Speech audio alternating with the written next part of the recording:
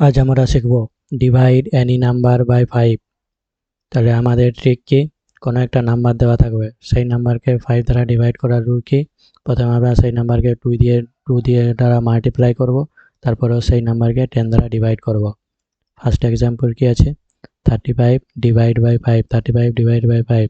তাহলে প্রথমে আমরা 35কে 2 দ্বারা মাল্টিপ্লাই করব, কত আসবে 70, 70কে 10 দ্বারা ডিভাইড করলে কত আসবে 7। তাহলে আমাদের অ্যান্সার কত আসছে 7।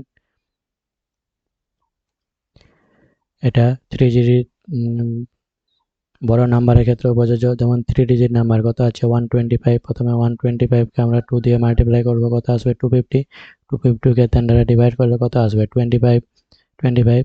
তাহলে 125কে 5 দ্বারা ডিভাইড করলে কত আসবে 25।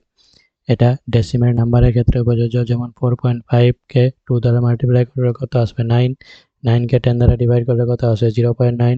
তাহলে 4.5কে 5 দ্বারা ডিভাইড করলে কত আসবে 9।